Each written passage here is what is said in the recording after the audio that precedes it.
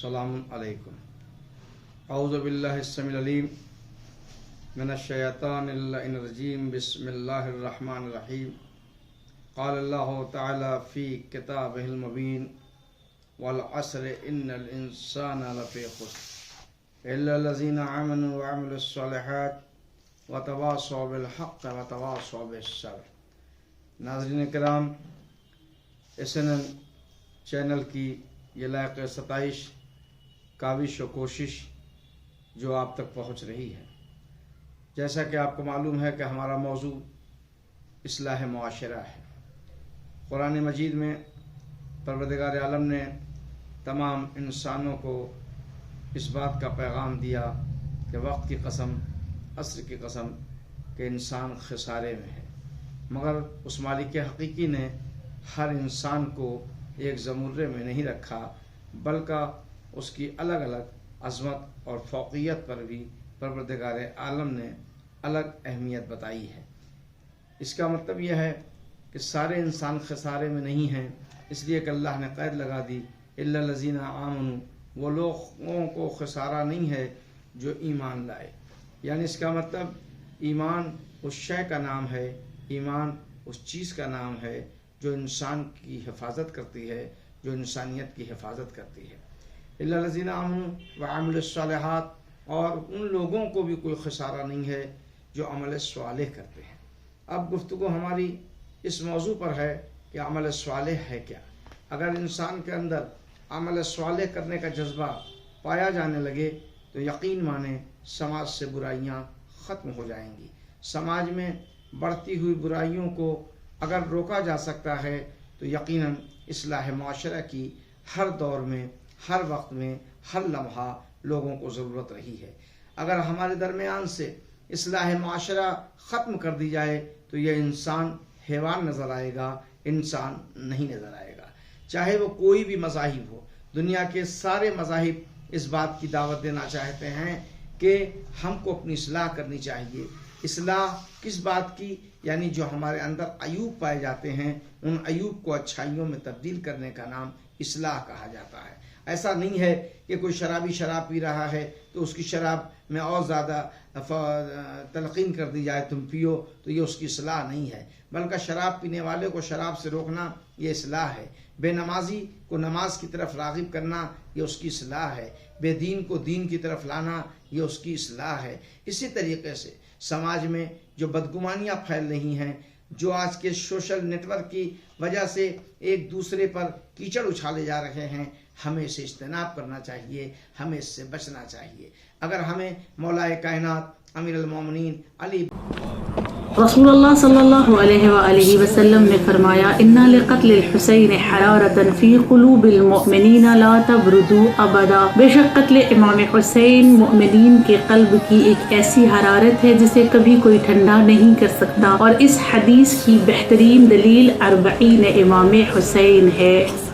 نبی طالب علیہ السلام کا وہ قول اگر یقیناً ذہن نشین ہو جائے تو مسلمان یقیناً ہر طرح سے بچتا نظر آئے گا، جس میں میرے مولا نے فرمایا من عرفا نفسہ فقد عرفا ربہ، جس نے اپنے نفس کو پہچان لیا اس نے اپنے رب کو پا لیا. اس کا مطلب یہ ہے کہ ہر انسان کو ضرورت ہے کہ اپنے نفس کی پہلے اصلاح کرے. جب ہم خود اپنے نفس کی اصلاح کر لیں گے تو ہمارے سامنے جو انسان بیٹھا ہوگا ہم اس کے اندر عیوب کو تلاش نہیں کریں گے بلکہ اچھائیوں کو تلاش کریں گے. اسی لیے مولا کائنات نے فرمایا تم ایسا نہ کرو کہ لوگوں کے اندر عیوب تلاش کرو، بلکہ تم اپنی آخرت کی فکر کرتے ہوئے اپنے اندر کے عیوب کو تلاش کرو، تو پھر دوسروں کے اندر تمہیں عیوب نظر نہیں آئیں گے. مگر ہوتا کیا ہے، ہم خود اپنے غریبان کو نہیں دیکھتے، ہم اپنے اندر نہیں جھانکتے، اور ہم دوسروں کے اوپر کیچڑ اچھالنا شروع کر دیتے ہیں، دوسروں پر کے سلسلے میں سماج میں بدگمانیاں پیدا کرنا شروع کر دیتے ہیں.